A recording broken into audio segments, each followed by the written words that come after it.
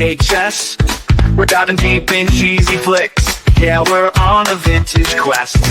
Low reviews but high on laughs. Let's give these films a cheer. The cult classics, flops, and nuts. There are topics this year. We're the Ejectables, rolling back the years, celebrating movies that no one else cheers.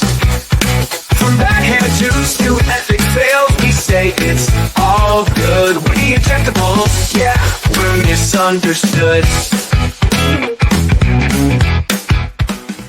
Welcome to the Ejectables. This is the show where movie enthusiasts Bill and Ian join forces with a weekly rotating guest to celebrate movies that we feel have been unjustly panned by the critics or sadly ignored and forgotten by audiences.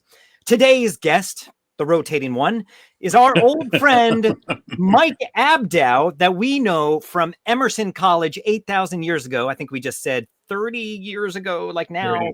Mm-hmm. And he was a theater production manager with a film minor back in those days. He's gone on to work in live entertainment and film and TV for like 25 years. And then the last 15 years providing lights and equipment for film and TV productions such as The Town and The Departed and Black Mass and the film he's doing today, which I will not say yet, but we'll say it in a minute. Mike, welcome to the show. Thank you for doing this. Hey, thanks for having me, you guys. It's great seeing you. I have some pretty amazing memories of chilling out with you guys 30 years ago in the cafeteria at Fensgate. And we can't hear you. Ian, too soon. Sorry. Too soon. All right, we good? Yes, we're good. You hear me now? All right, so yeah, I've had a lot of good times with you guys. So it's great seeing you again. And it's great to see you. I love Thanks this for being nerdy on. film thing. This nerdy film thing Ian and I used to do all the time. I remember Ian was like one of the only people I knew who was old enough to buy beer because he was like 30 and we were like 20 years old. I did get in trouble for that one time and I never did it again. Well, you did it for me plenty. And that's what got me up into your room to watch movies. And I remember you had a Laserdisc player. You had like, I think Empire Strikes Back, this Japanese version on Laserdisc or something crazy like that. I even have Laserdiscs here. Oh. Yeah. Ooh.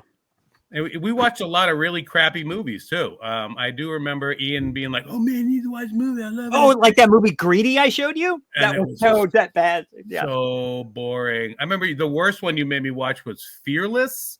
I love that movie. I love that. Oh God, it was so bad. I almost did that movie this week, but you were like, "That's my favorite movie in the whole beautiful." world. I was like, "All right, I'll give this a shot." Ian knows what he's talking about. And then I was like, I think I fell asleep on your lap.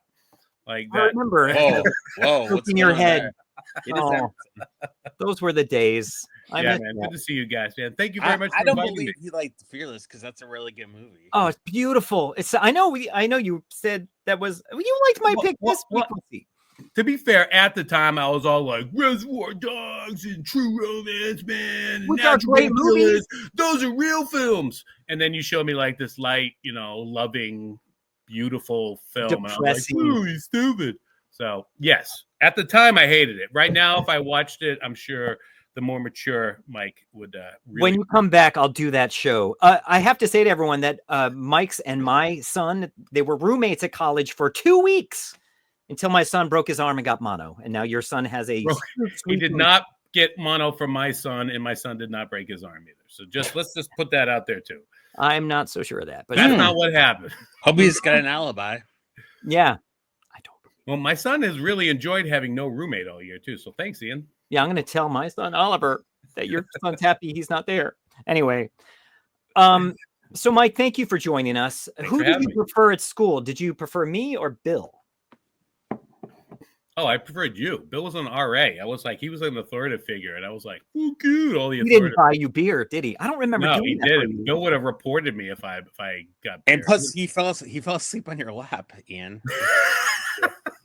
It's because I was his elder, and he needed the comfort of an older man. Where did you buy the beer at the Mass? I don't remember buying the beer. I really don't. I did it once at Keene when I went there, and I got in trouble, and I thought I never did it again, but I guess I did. No, you bought me beer lots of times. So. Okay. And that's probably the only reason why we were friends. No, I'm kidding. Don't tell my kids. Okay.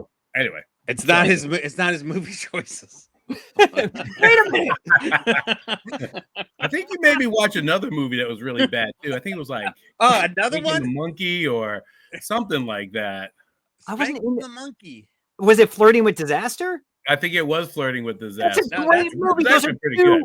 great movies. Yeah, which is actually pretty good. But yeah. But at the time, like I said, I was all like, I want like, Goodfellas and like fucking. You came around to good taste. I'm glad. Yeah. Oh, two bad movies? Try 6 months of bad movies, Mike. He's been watching every episode. He said my picks are the best. Well, I did backlog here and watch your previous episodes here of the Ejectables, and I found them very entertaining, and none of it surprised me with the picks that Ian did, and also the picks that Bill did as well. They're pretty slight. Yeah.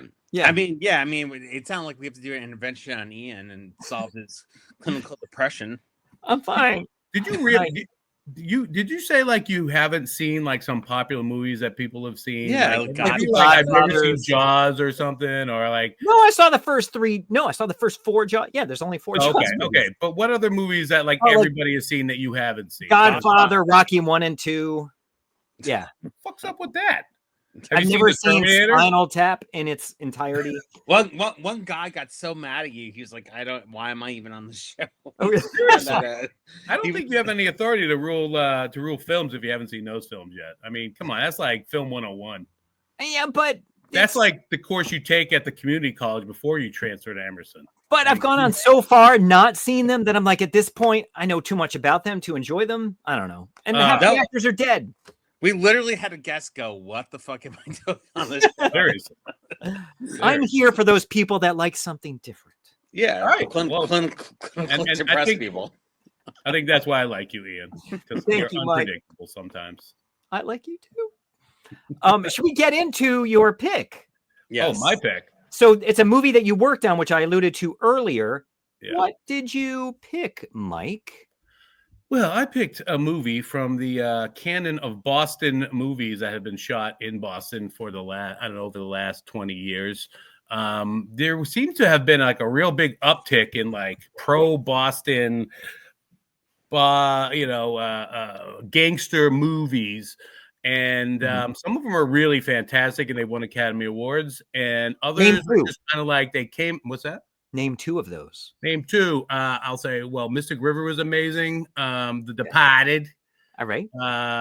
And American Hustle. Oh, yeah. Both won the Academy Awards. Okay. But also like Coda, but that's not a gangster movie. And, that's Fisherman and Gloucester. But the film that I picked here is you would think that when it was being worked on here in Boston, it was a huge major feature film.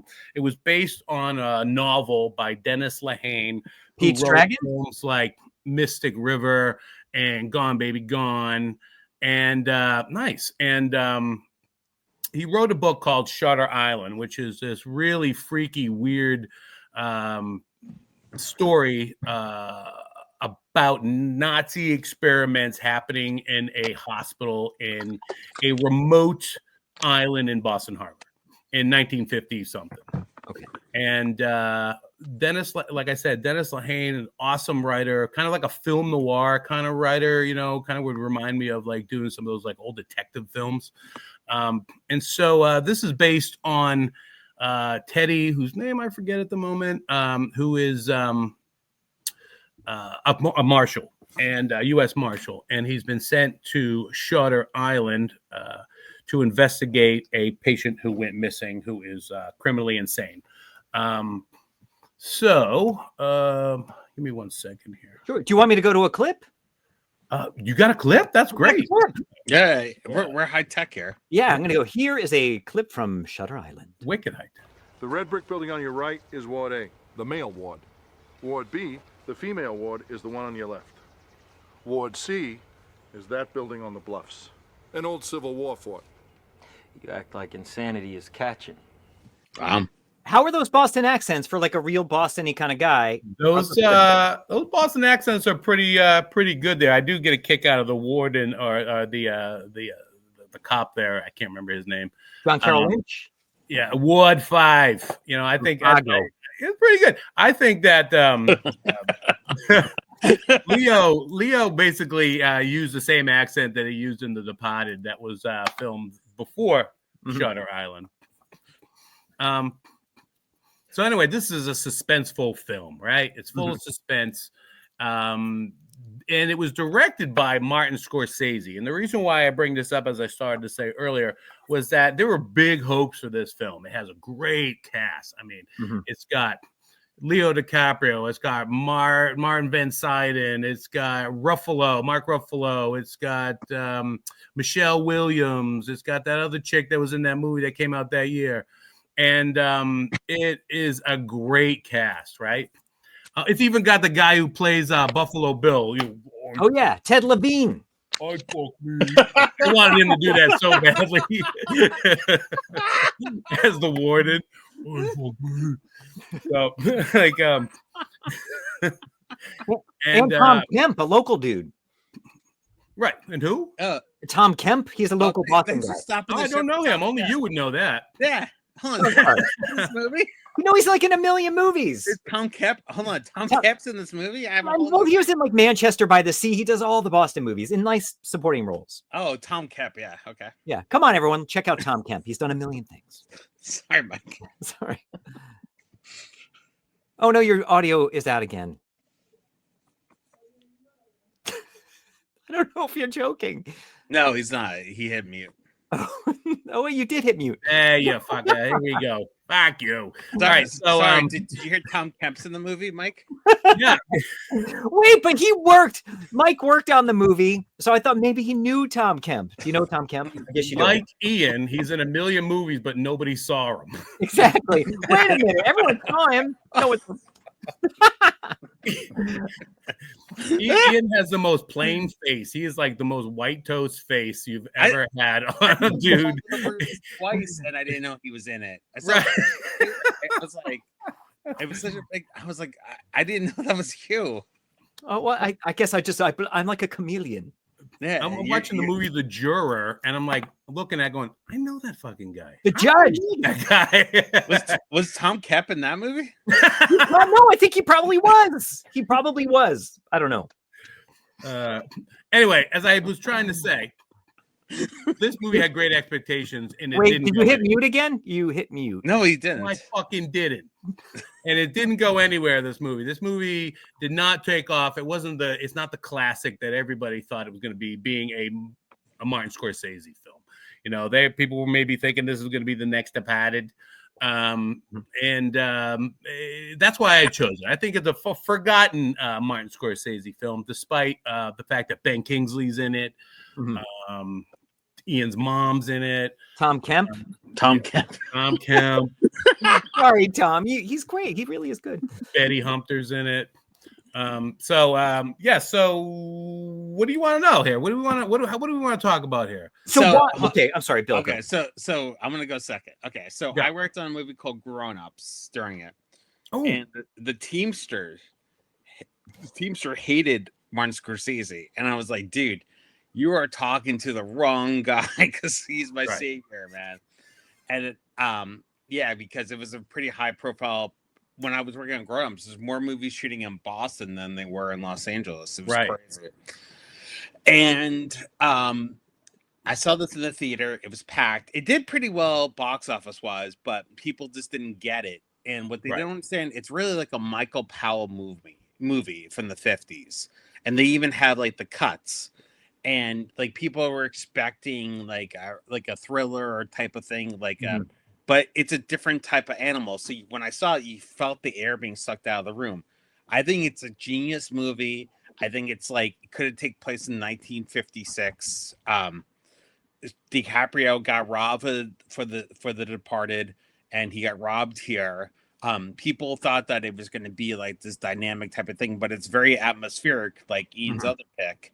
And so I don't think people understood what they were doing it. And that's why they released it in February instead of like a summer type of thing. Because I don't imagine it didn't test well. But the music is awesome. Scorsese did a great job. He set out what he wanted to do. It's a Michael Powell movie. So that Paramount released, and it cost like $100 million, I think. And so I thought people thought that it'd be like Shawshank Redemption, but instead it's it takes its time. It's very long. It's you're there for the atmosphere. You're not there for the plot. Right. And Right. I felt people moving in their seats a little bit when I saw it. Right. I loved it. I think it's a great pick. I think it's one of Scorsese's best movies. When I first saw it at the theater, I left not liking it. And I've told Bill, and I know this is going to be one of those things that I say to everyone's going to be like, oh, I'm not watching that show again because he has no taste. I'm not a huge Scorsese fan. So this kind of again solidified, okay, I kind of like his stuff, but like Bill said, atmospheric wise, like this is amazing. The music is like, oh, this is like a Godzilla monster movie at the beginning. But it's a whole lot of build up to not a whole lot of anything.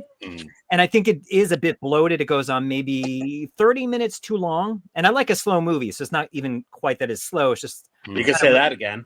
It's a little repetitive for me. You're right. But I think there is a lot to like. The performances are great. It looks amazing. The music's great. To me, it feels a bit like Jacob's Ladder a bit. It's all about being... Fighting words. Jacob's Ladder is one of the best movies ever made, man. I prefer Jacob's Ladder. Yeah. It's very disturbing. Both of these movies are very disturbing. They leave you with like a really like bad taste in your mouth in the end, especially this one, which is not what I was expecting from this movie. Yeah. Though I did read the book. I read the book when we were working on this movie, and I was supplying them with equipment and was really like interested in the fact that this movie called Ashcliff, that was a working title, is being shot with Leo DiCaprio in Boston Harbor Islands. And I was like, ooh, this sounds pretty cool. So I picked up Lahane's novel and read it that summer it was being made. And they take some serious liberties what's changing this. Difference? What's the biggest difference? Oh, the end is completely different. And really like the scenes, well, first of all, they have to cut out a lot. I mean, there's details, layered layers of details in the novel.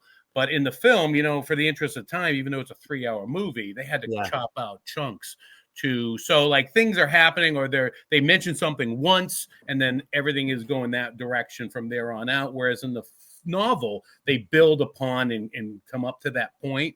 And you have some backstory, some history. Here, it's just you take a turn. And as a viewer, you're like, I'm not really quite sure why that did that, but I'll keep going with it, Yeah. So, I mean, it really starts off as, like a detective story. He's here to investigate. And then really gets just kind of gross and heartbreaking, I think, and a little gratuitous when it comes to like the dead kids. I mean, I'm sorry, but I'm a parent. I fucking hate things that have to do with dead kids. So when I left the movie theater, the only thing that really stayed with me was, whoa, that guy's crazy, because the twist is like, woo, it's an awesome twist, which we'll get to. But the dead kids thing, that really kind of stuck with me, and how much he loved his wife and family, and the pain that he was in, and the heartbreak. Oof, that was the part that really just kind of ruined this film for me, frankly. And the novel is much more substantial than that. The novel didn't dwell on, floating dead babies in the lake. I mean, the novel was. Having not read it in 10, 15 years. That'd be a good band name, Floating Dead Babies. Floating Dead Babies. I saw them open for the Descendants at the Middle East in '92. Oh, they're great. Yeah, man. But ultimately, I mean, it's the ending that changes. And I mean, we can examine that as we get a little further down the line here if you want. Did this actually shoot on the islands? Like, this doesn't exist on the islands, does it? All right, so this is really interesting about this movie. So the hospital itself is, as they're walking around the grounds of the hospital, is the Medfield Insane Asylum, which is a real place that's closed, which we were talking about Boston making things in the condos earlier. It is now becoming condos. Like somebody is taking this old insane asylum and making you pay an HOA fee to live there. Wow. And I'm sure it's a lot of money. Also, there are scenes, there are flashbacks to his time in World War II in Dachau, and that was filmed at the Taunton Mills, which were old textile mills that are still in Taunton. But the island itself, as they're showing the outside of the island, they're approaching on, that's Pettick's Island, which is just off the coast of Hull. You can get there by a ferry. That had an old hospital. First, it started as an old Civil War hospital. Now, the fort that they have built up, and you approach it, and it looks like this huge mountainous island. First of all, there are no mountainous islands on Boston Harbor.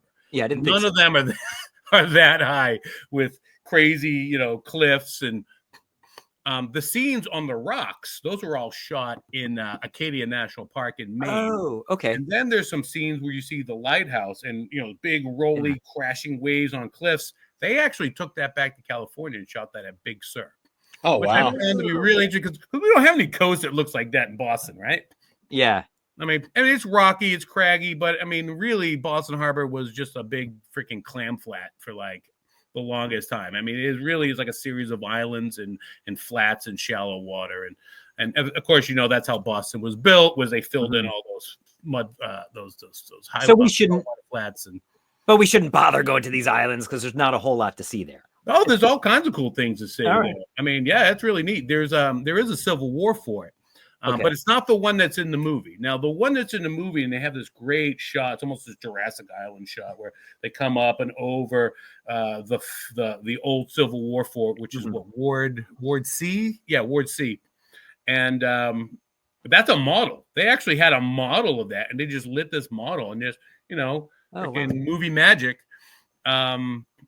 And those mountains that you see behind, like the dock and all the old brick buildings that were the old Pettick Island hospital. Behind that, in the film, there's a bunch of mountains, and there's this road that goes meandering road that goes up the mountains. That was all CGI. So while it's a Boston movie, takes place in Boston. I mean, it is filmed on the island, but it doesn't really show and depict a lot of Boston. It kind of depicts the people, if you will, around that time. Like Tom Kemp. Tom Kemp's in this movie? Ian Lyons in it. So yeah, some of the stuff that do you have a point that you wanted to make, Ian? I feel like I jumped on a point you were No, I'm kind of curious as to what. So were you delivering equipment to this set? Did you get on this set? No, I wasn't on the set. I was working with the guys who were the rigging grips and the gaffers. I rented them equipment, lighting, trussing, rigging. Answered a lot of questions for them. I have a lot of really good friends in that field, and there were guys I came up with back in the day, when we were working on live events and stuff, and they became these key roles. You get your key grip, your rigging grip, and so part of the business that I'm in, because I didn't want to wait tables being an actor or a director or something. I went in. I did really well with lighting in the industry. And for theater, for special events, for rock and roll, for film, TV production. So I have a family, I got kids, I got a mortgage, so I landed in selling products. No, it's awesome because you're still involved in the business too, right? But in a more reliable way, right? And I have health insurance, and it's awesome. It's definitely not the dream I had 30 years ago at Emerson College, but I am living an awesome life with an awesome wife that I met at Emerson College, like you met your wife at Emerson College. Anyway, I met my girlfriend at Emerson College. Did you really? Yeah. Go Emerson women! Woohoo! Yeah. Oof. Damn those Emerson women. Anyway, I digress way too far here. No. This is so you do actually like the movie, though.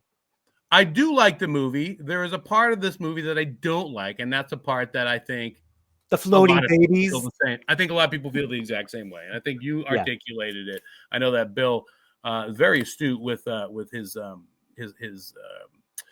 feedback on that, because I felt the same way. I just didn't know how to say it. Some of the things about this film was that I really love is the fact that the guys that worked on it told me that it was the wettest set they've ever worked on. During that storm, it was just water, and wind and water. Inside was all water. A lot of that is CGI, and you can tell because as they're like walking through the rain drips, like you don't see it on. Oh yeah, I did notice that. You don't see them kind of do this, There's like, some it's really not bad nowhere. cuts in there too. A couple really bad cuts where like Ruffalo will yell something, but like there's no sound. He's just like, and then there's no sound. It was like a couple of those weird things that surprised me about a Martin Scorsese film that they were. I think that's the Michael Powell thing. Right. Oh, you think so? Yeah, I think that was done on purpose. Well, speak about that more. Tell me about how that's Because more there's Michael a weird cut in it that everyone in the theater was jarred by. I think it's with Kelly Leak, Jackie Earl Haley. When he's in there, everyone's like, "Whoa, what's going on there?" I was like, "Dude, he's doing a reference of Michael Powell movies. Like this movie's supposed to take place in the 50s. He purposely is doing these weird cuts, so everyone's like, "What the heck is this?" And I think that's why that's just a bold choice. I can't believe Paramount let him get away with that. But yeah, but it's slight. It's like 3 or 4 cuts. It's unsettling. There's something unsettling about it. It's like Ian's picks. They're not slight. They're beautiful. But the best part, I can't believe Paramount let that this guy was in the movie. Tom Kemp. He's the guy. He's the guard in like the Civil War place when he. Yeah. He's the guard in every movie. Yeah, no, he's good. He's really good. There's Tom Kemp again. I think on second viewing, this movie's better because you know what the twist is, and you can sort of enjoy it as a psychological journey that you're actually kind of in his head with him, which is kind of cool. So I appreciated it for that. It still is a bit bloated, even though I know it's a novel that already had cut a lot of stuff out. Right. But if you watch Ben Kingsley in it, though, Ben Kingsley is always looking at him in that. There was a weird cut with Ben Kingsley also. Yeah. Well, and I like that you can see in his eyes, okay, patient, kind of crazy person. Yeah. You pick up on that the second time watching Yeah. it. The first time you don't. But there is this general uneasiness that you go into as a viewer for the first time. And it's like, but the whole subject's uneasy. It's mental patients. It's, there's a hurricane coming. It's the mentally deranged Nazi experiments, which they didn't go into very much in the novel. It was only kind of like, oh, I think they're doing Nazi experiments. Oh my God. Where in the film they didn't go into it. In the novel, they really dive into the Nazi experiments and the von Siding character, whose name I always remember the actors' names. I can never remember the characters' names. Was it Tom Kemp? Yeah. It was Tom Kemp. Tell him. I have to tell him that he's featured in this show. So that was one of the things that grabbed me about this too, is like this conspiracy, Nazi experiments. I love diving into like the post World War II stories and of espionage and pre-Cold War and Nazi hunting and stuff like that. And so von Sidon's character, Dr. Fujishnuken, I can't remember his name again. He is obviously a scientist from Nazi Germany that they bring in to do these experiments with. But again, they don't explore that very deeply in the film for some reason. And as Bill was saying, that this is more of a feeling rather than you're following a plot. The plot's very very wordy, right? It's kind of the movie Overlord. It deals with the Nazi experiment, so maybe that's like the edited out footage of this film. It's well, the woman that wrote it is a very good writer. She's awesome. She worked on Avatar. She's like in Hollywood circles, she's notoriously one of the best screenwriters out there. So, did she do Greedy? Is that no? That's Lowell Gans and Babalu Mandel, two of the best comedy writers in Hollywood. Okay. That they would Splash, Night Shift. Have you seen these movies? I thought Night Shift. Oh, I love Night Shift. Yeah, that was good. I've never seen Splash. Parenthood. Oh yeah, that was good. Yeah. You might have seen those movies. They had good movies. That's good. Yeah. Are you reviewing that one next week, Parenthood? No, that was a big hit. It was a big hit, and people. Yeah, it's a good movie, so Ian would never pick it. I liked it. I did like it. Okay, so did we do this movie? Yeah, let's move on to your pick, Manhunter.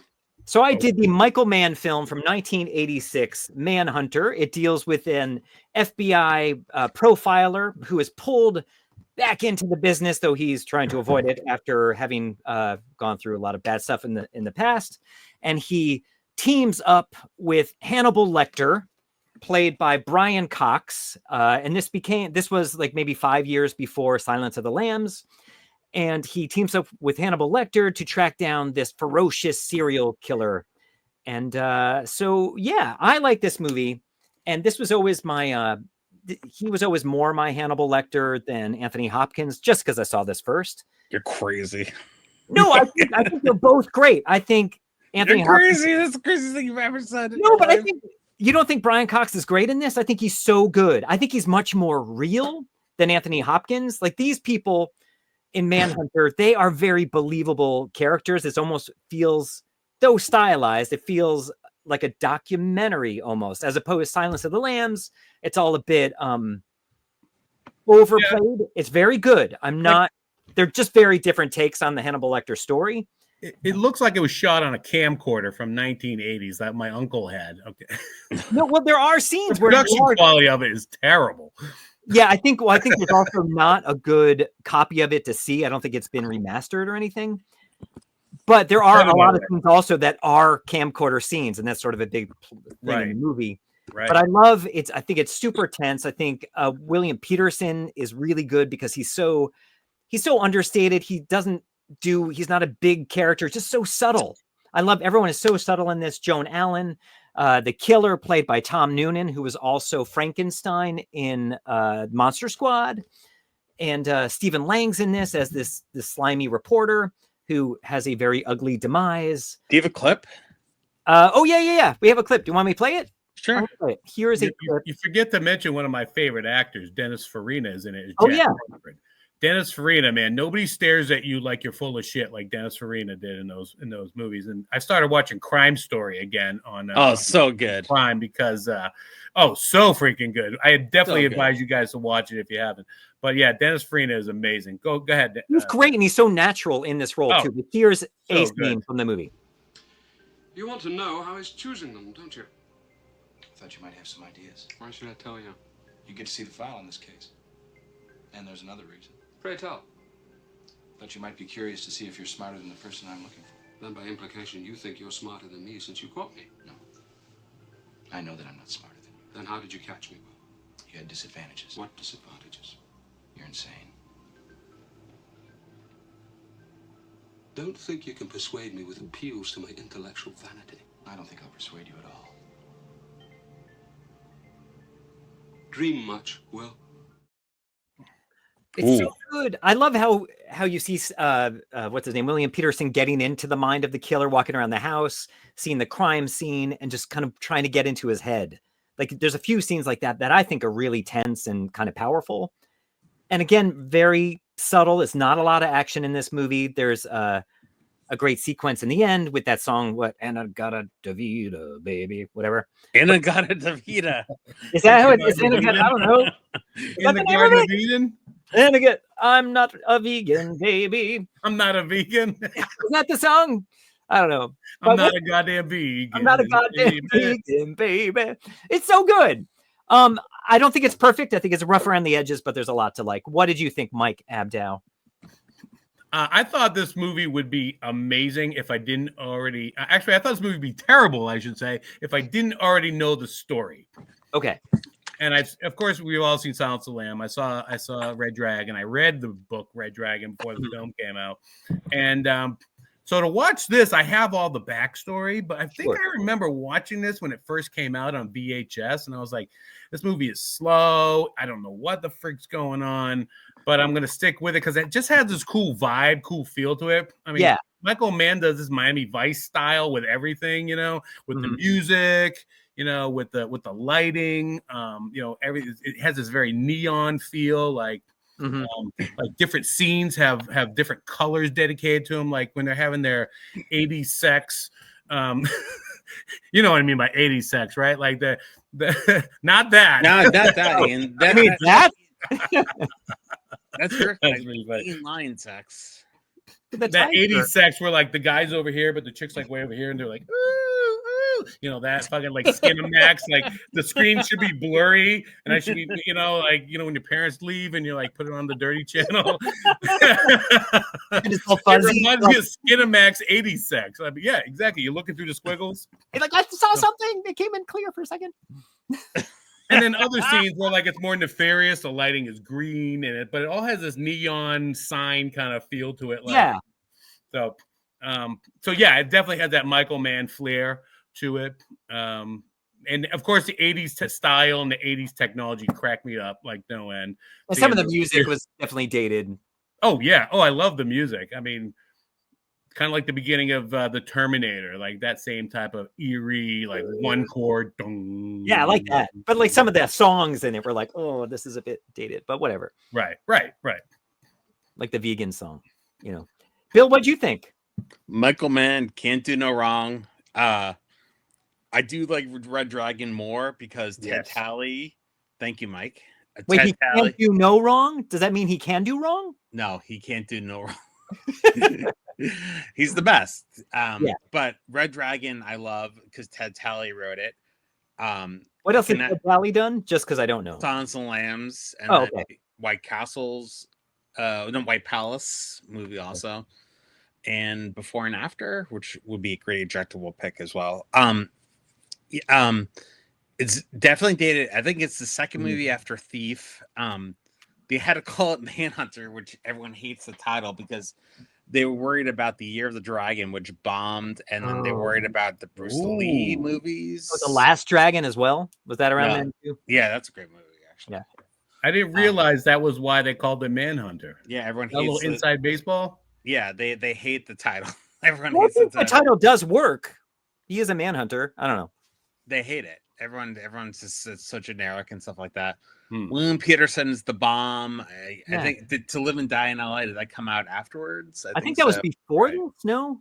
Yeah. What it is a really great story, and he did the opposite of Scorsese, where the atmospheric takes over the plot.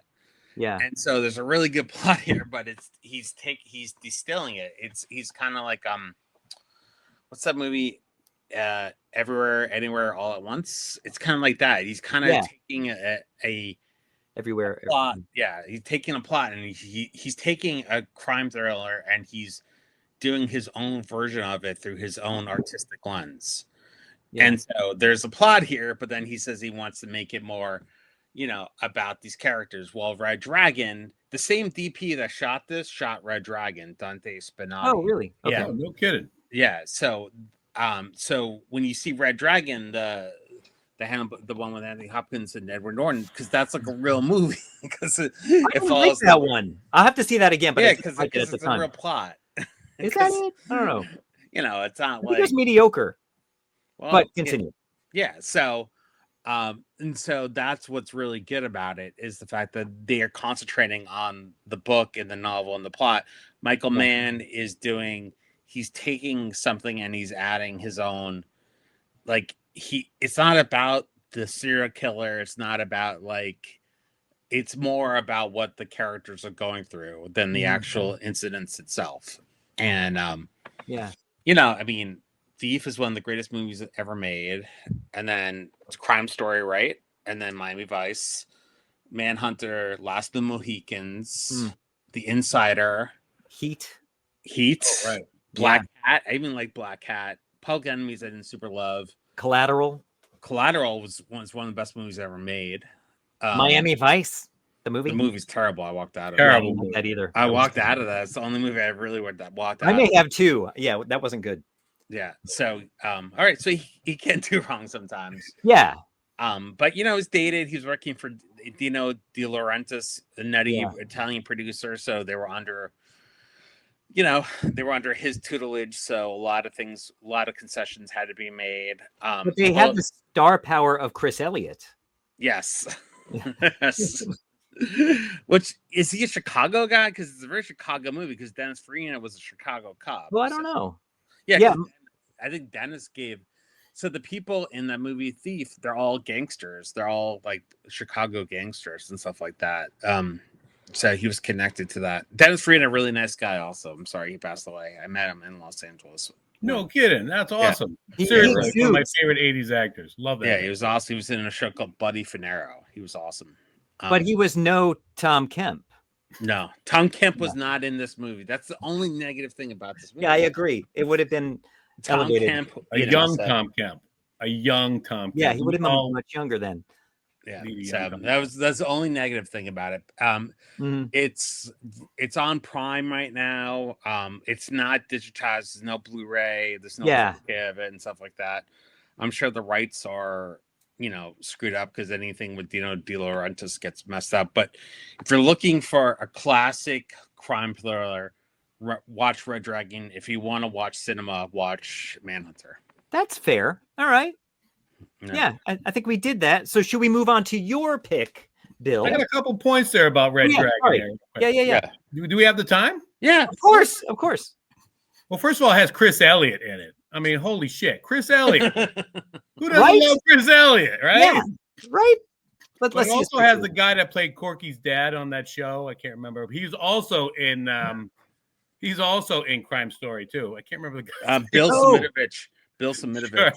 Yeah. But I do have to say though, the guy who the whole depiction of the Red Dragon is so creepy and cringy and pervy and gross. And he's definitely the stuff. But Ray Fiennes is so much scarier in Red Dragon. Ray Fiennes was so much better. I should see it again. Scene where he reveals himself as the Red Dragon, and this one is so underplayed, and the acting is so freaking terrible that you miss that whole scene where he reveals himself as the Red Dragon. Oh, I have to see it again. However, when Ray Fiennes does it, it's freaking terrifying, right? Who's the girl in Red Dragon? She was in Breaking the Waves. She's beautiful. Emily Moore? No, Emma. No. Emily Mortimer was in Shutter Island. Emma something. Yeah, Emma something. She was so great in it. She was in Hillary and Jackie. Yes. Yeah, dude. The blind girl. So Tom Noonan's also in one of the best movies ever made called Monster Squad.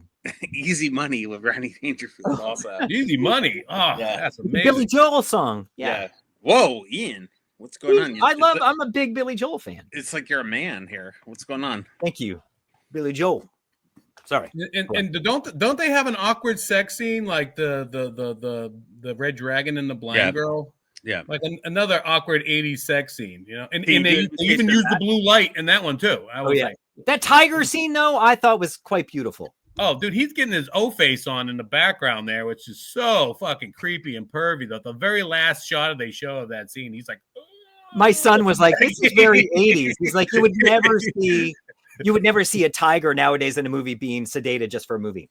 Right. That wouldn't be good. One of the things I did love about this movie was one scene when they're in the grocery store and you can see all the 80s products, like they're walking through the cereal aisle. And I always notice background shit.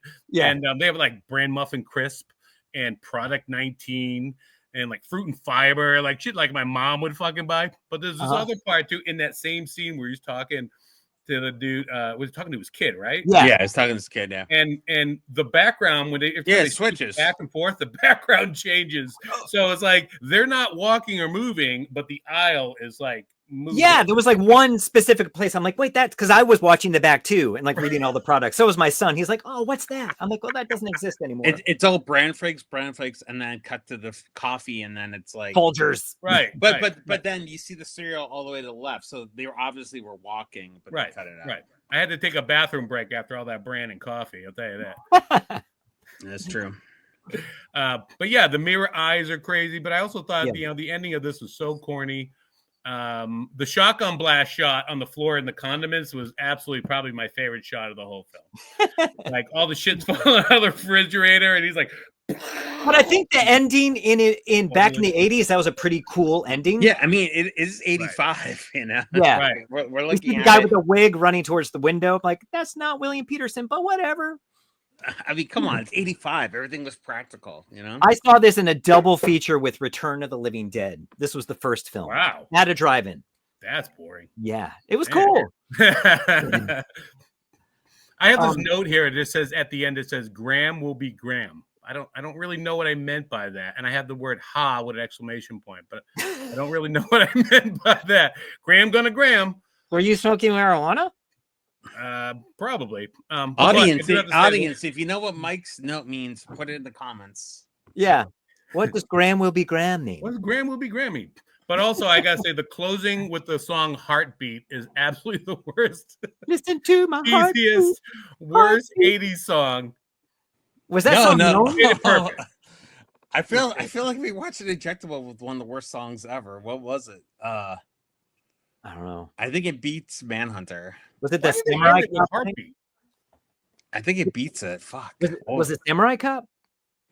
No, that was terrible. That That was was so bad. worse. I don't think we'll ever beat that. Maybe it's one of those. Filmmaker geniuses must know, why did they end with that song? Was there just no other song? Like, I did think maybe at the somebody time it was. Maybe they thought it would be a hit at the time. Was that a known song? I don't remember. Money. I bet it was so. cheap. Yeah, maybe it was cheap. Oh, Dude, they changed so the bad. name from Red Dragon to Manhunter. I don't think Michael Mann. I'm sure he was a director for hire. I mean, he did Thief for Jerry Bruckheimer. He Really? Okay. wasn't this auteur, Yeah. And this is before Miami Vice, and then he had complete control on Lost. Oh, this is before Miami Vice? I think it's during it. Miami Vice is 86. I remember when the trailer came out for this, I was like, "Oh, is this looks like Miami Vice?" So I must have. I guess it was the same time, and I had no interest because of that. But it's One bad. more And there's question I also- have. Oh, sorry, good. No, there's a 4K Red Dragon also. If you want to see the glorious Dante Spinotti do it right. I will give that another chance. Yeah. Okay. Yeah, it looks cool. One thing about this movie that I maybe you'll understand, and I find that this happens in a lot of these lesser known 80s films. Again, it gives it that 80s look. Is there's a lot of like lingering scenes when the scene is over. Like they'll take the focus and they'll just focus on the freaking wallpaper or the sunset, and it's like you should have cut like 2-3 seconds ago. Why is it? Why am I still looking at the wallpaper? That's because people's attention spans were better back then. Even if you see a movie from the 90s, it's still kind of so. So Ian's kid, like when I was forced to watch Gunga Din with my dad, it's like them watching My Cousin Vinny is like watching Gunga Din with my dad. It's just people don't have attention spans. My son liked this, though he did say he preferred Silence of the Lambs, which I get. Yo, you think it's It's like a Mozart movie versus all the Donny Osmond? I think they're very different things. First of all, they probably had a couple extra $100 in $100,000 million rather in production budget too. Than No doubt. Manhunter. Manhunter was made on like I $5 wouldn't say a that. credit I wouldn't say that because Jonathan Demme, it was Orion Pictures. Mm-hmm. He was coming off Something Wild. Anthony Hopkins was not a major star. Jodie Foster was. Is this before The Accused or after? I think this is after. Yeah. Orion Pictures was not flush with cash. Gene Hackman was supposed to direct Sons of the Lambs, but he got addicted to pain pills. Weird. Yeah. So Ryan Pictures was never like a big like the biggest production they did was Addams Family, and they had to sell it to Paramount when they went bankrupt. I heard that Gene Hackman's maybe going to direct the next Silence of the Lambs movie. There's no book, and Pussy's dead. Oh, I'm sorry. But maybe Tom Kempis. Oh yeah, maybe he could. He would be a great director, given all this experience on set. So, Bill, we should move on to your pick because we should. So okay, so pick, Bill? I picked Drowning Mona. It's a comedy from 1999. Stars Dan DeVito, Bette Midler, Neve Campbell, Jamie Lee Curtis. Casey Affleck is not on the poster. He's a star of the movie.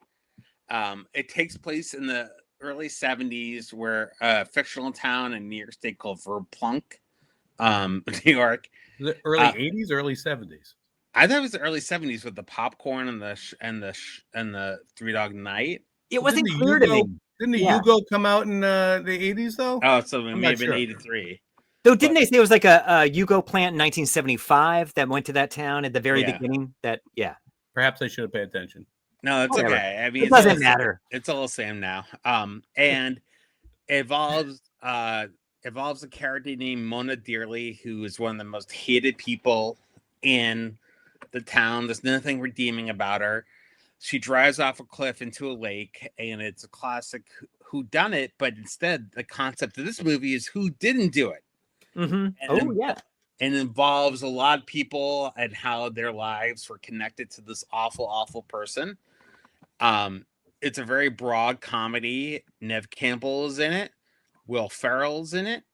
Melissa McCarthy in a very small role. And it's written by a guy who got pretty famous off the script, Peter Steinfeld. Off this movie, he did Be Cool, that ill-forgotten Get Shorty sequel, and then he did 21. So a lot of big fans of this movie. A very small outfit of Destination Films released it, totally bombed. It was reuniting Danny DeVito and Bette Midler together because they did Ruthless People, which was such an iconic movie. Do you want to go to a clip? Yeah, let's see a clip. Hey, you killed Peaches. I would have fired us for that. Oh, is that a first-hand account? Like, you never killed a dog? Hey, look, Bobby, if you keep losing our accounts, pretty soon we'll be out of business. Then how you gonna take care of Ellen, huh? Take care of Ellen. Ellen freaking Honey, smelling. I hate What? to see you guys. Oh, What are you saying? I can't hear you. It's dearly what? What?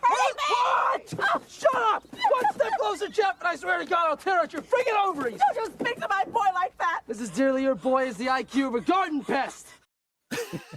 So that's not a clear representation of the movie. It's them trying to describe that Casey Affleck probably killed Mona Dearly when in actuality Mona Dearly was the abuser, making everyone's lives hell.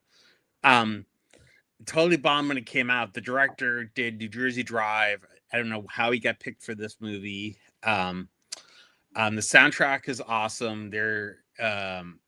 And what's crazy about the movie, it takes place opposite New York, and they shot it all in Topanga Canyon for a very low budget, which I can't even imagine getting trucks up there. Topanga Canyon. It's crazy to me that they wouldn't shoot it in New York. Now, 25, 30 years later, New York would probably give them a nice tax rebate. But what'd you guys think? Mike? I expected to hate this movie because I hate Bette Midler for all the reasons why everybody in this film hate Bette Midler. She always, I was expecting exactly the character from the movie you had mentioned there, the other one with Danny DeVito. What's that? Ruthless People. And I was really hoping she wasn't going to break out in the song. Bette Midler is a fine actress and amazing, and I'm not giving her. But in terms of watching a comedy, I was like, oh, God, I'm going to get more of that, right? But it's funny. I love how it starts with her basically looking like me in the morning, just kind of like, fuck, I gotta go to work. And one of these movie tropes that people do is when there's a car and there's no brakes and people are like, they like driving towards death. Just put the car into neutral. I mean, what the hell, people? It's a good lesson. You know what I mean? Put the car in neutral. Anyway. Casey Affleck in that speech impediment annoys the crap out of me. Does he have a speech impediment? What is it about Casey Affleck, the way he talks? I didn't notice. Always sounds I think he's supposed to play like a schlub in this movie, and I think he's like that in every movie, though. That's what I'm saying. Every freaking movie you see, Casey Affleck is like he's like mumble mouth. Where the hell is Verplank, New York, too? And why are these people so freaking unlikable? That's the other part of this movie. I mean, I'm being from Massachusetts, and I grew up on Cape Cod, and I would get New York tourists every summer, and I basically can't stand people from New York. So these people are especially even more unlikable than the New York tourists that I would grow up seeing. What is it about but they're townies. There's nothing redeeming about the son. Reminds me of like the dude from What About Earl, something about Earl or whatever the Earl show. Lenny from Mice and Men, you know, just a doofus. But I will say that William Finkner, is that how you pronounce his last name? Yeah, Finkner. Yeah. Like the guy from The Bear. And Heat. He always plays a great lowlife. He was in The Heat. He was in Perfect Storm. He always plays like a great dirtbag. Yeah. So, and the other thing I love about this movie, because I did really enjoy it actually more than I thought I was going to, are the throwaway jokes, the little side jokes, like the fact that everybody's driving a Yugo. It's the movie starts with like a trivia fact, and then like everybody driving these shitbox Yugos everywhere. With vanity plates. They all had vanity plates. It was so funny. Right, exactly. Like they're in New Hampshire or something.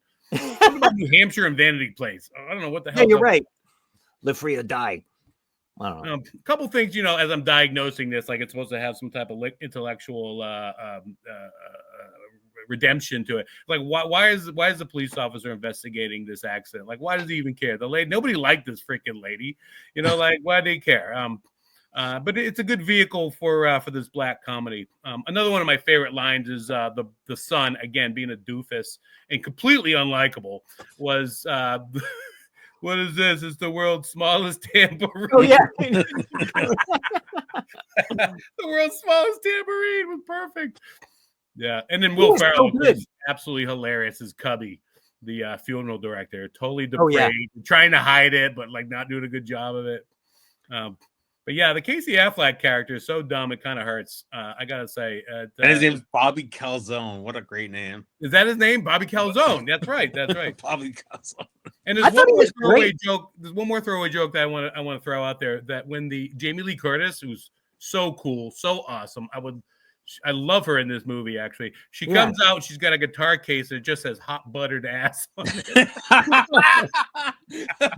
There's no reference to hot buttered ass. You have no idea why. But hot buttered ass. That guy. So it was the Bill comedy pick with Danny DeVito and Bette Midler. I guess I never saw this movie in the day, so I'm like, oh, this is going to be painful. So I thought this would be homework to watch. And I really enjoyed it. Again, the guy that plays his son, Marcus Thomas, he really didn't do much before, didn't do much after. He is so funny. And there's all these inappropriate lines. There's a scene where he's talking to this young girl, and Casey Affleck is like, she's 13 years old. And that character, the son, says, yeah, finally. I was like, oh my God. Exactly. Great throwaway jokes. It's so messed up. And I was impressed it went there sometimes. I love seeing Danny DeVito as the straight man. I love seeing Bette Midler die in the first 2 minutes, though I'm sure she's a great person, though I've heard otherwise. It's just a lot of fun. I thought Casey Affleck was great. I didn't put his photo up in here because I didn't realize he was going to be the star. The director, what's his name? Nick Gomez. Yeah. He did a movie I loved in the early 90s called Laws of Gravity. And so I'm surprised I didn't pursue this movie knowing that I liked his work before. It's a fun, surprising movie. It's sunny and bright. I don't know, it just has a beautiful light aesthetic, but a very dark edge to it. I think it's a lot of fun. Don't go in with mega expectations, and I think you'll enjoy it. Plus, the music is awesome between the Three Dog Night and the popcorn song. So the music didn't stand with me, or stick with me. It didn't stand out for me either. Oh, but you've been playing Wheel of Fortune with somebody else. That definitely stood out to me. Oh yeah, that was crazy. Sadly, again, I have to note that Tom Kemp is not in this film either. Sorry, but he's in everything else. I think his role was cut, actually. Oh no, he was one of the guys she was playing Wheel of Fortune with. Hence why it was not a success. Right. Yeah. All right, so this is the point where we pick. Mike, you have to pick a movie not your own that you like best this week. Oh wow. The one thing it was really great rewatching Manhunter. Again, it was like revisiting something, but getting a Cliff Notes version of Silence of the Lambs / the Red Dragon. But I really do like how Drowning Mona kind of wraps up like a sitcom in the end. It's just an improbable solution that happens, and everybody forgets all the bad stuff that happens in the end. I'm going to say Drowning Mona because I was really pleasantly surprised. It gave me more than I was expecting, whereas Manhunter kind of gave me less than I was expecting. I am also I'm going to go with Drowning Mona as well. It was a nice surprise. It was. And no offense. I think again, Shutter Island has a lot of beautiful things to look at, but and I'm gonna go with Scorsese as an Italian. What? Yeah, I can't go with Scorsese ever. Which means, Bill, you get the award this week. Employee of the month. Why does he get Employee of the month? Because we both do. Oh, okay. I see how it works. Ian, nice. You gotta say the bottom. Oh shoot, Akeem. Well, you say it. No, wait, where is it? Oh, there it is. Employee of the month, Akeem, for outstanding performance on effort. See, I couldn't read it. It's too small. Excellent. So let's tell the people where to find these movies. So you can find Manhunter on Pluto and Prime, Shutter Island on MGM Plus and Paramount Plus, and Drowning Mona on Peacock, Pluto, Prime, and Tubi. That's a lot of places. Thank you, everybody, for tuning in. Mike Abdow, thank you so much for doing this show with us. That was a super fun time, man. I really appreciate it. It was nice chatting with you guys about films and being nerdy and having fun. I look forward to coming back. I got some awesome films to come back with. I got one already in the chamber. What is it? Let me know. Okay. You're going to find out one at a time. All right, fine. You need to. All right. Hopefully nobody will take it. So anyway. And comment about the what Graham is being Graham. What does that mean, everybody? Comment below, share, and like. And thank you for tuning in. Bill, can you play us out our song?